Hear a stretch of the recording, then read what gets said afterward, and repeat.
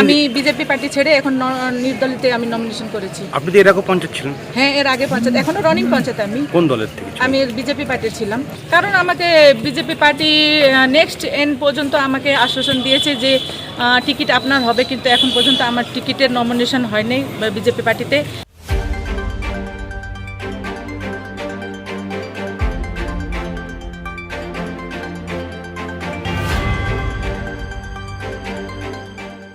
BJP panchayat সদস্য নির্দল হয়ে মনোনয়ন জমা করল। কালচিনি ব্লকের সেন্ট্রাল ডুয়ার্স এলাকার বিজেপি পঞ্চায়েত সদস্য এবং বিজেপির মহিলা মোর্চার কালচিনি মণ্ডল সভাপতি সরস্বতী কামি মঙ্গলবার নির্দলের হয়ে মনোনয়ন পেশ করেন। সরস্বতী কামি এদিন দলীয় নেতৃত্বের ওপরে ক্ষোভ উগরে দিয়ে বিজেপি ছেড়ে নির্দল হয়ে মনোনয়ন জমা করেন। যদি এ বিষয়ে বিজেপি জেলা সম্পাদক রাজেশ বার্লা জানান, দল এবছর সরস্বতী কামিকে প্রার্থী করেনি, দলের সিদ্ধান্ত সবাইকেই মানতে হবে। করলেন আজকে? হ্যাঁ, আচ্ছা, কোন পার্টি? আমি নির্দলী থেকে নমিনেশন করেছি। আমি বিজেপি পার্টি ছেড়ে এখন নির্দলিতে আমি নমিনেশন করেছি। আপনি তো এর আগে পঞ্চায়েত ছিলেন? হ্যাঁ, এর আগে পঞ্চায়েত, এখনো রানিং পঞ্চায়েত। আমি কোন দলের থেকে? আমি বিজেপি পার্টির ছিলাম। আচ্ছা, বিজেপি ছেড়ে নির্দলে? হ্যাঁ। কারণ কি কারণ?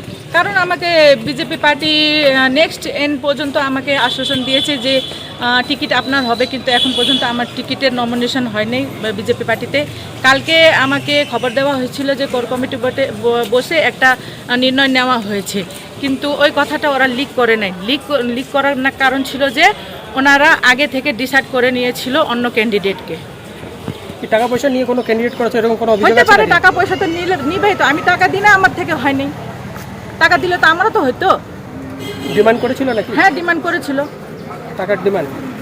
টাকার ডিমান্ড আমাকে না, অন্য কেউ করেছিল।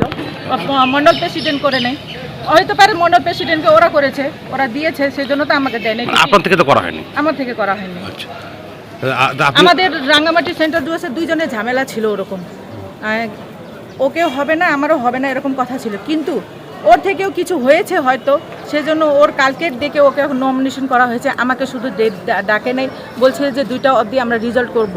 রিজাল্ট না করে একেবারে আমাকে ইনফরমেশন না দিয়ে ওরা অন্য ক্যান্ডিডেটকে ডেকে নমিনেশন করে নিয়ে এসেছে। আচ্ছা, আপনার বুথ নম্বর কত?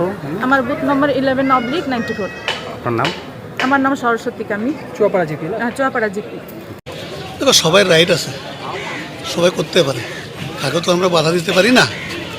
পার্টির যারা সিদ্ধান্ত থাকে পার্টির সিদ্ধান্তে মানিয়ে চলতে হবে। হ্যাঁ, যারা পঞ্চায়েত নেক্সট এর আগে দাঁড়ানো হয়েছিল সবাইকে আমরা ডেকে চান্স দিয়েছিলাম।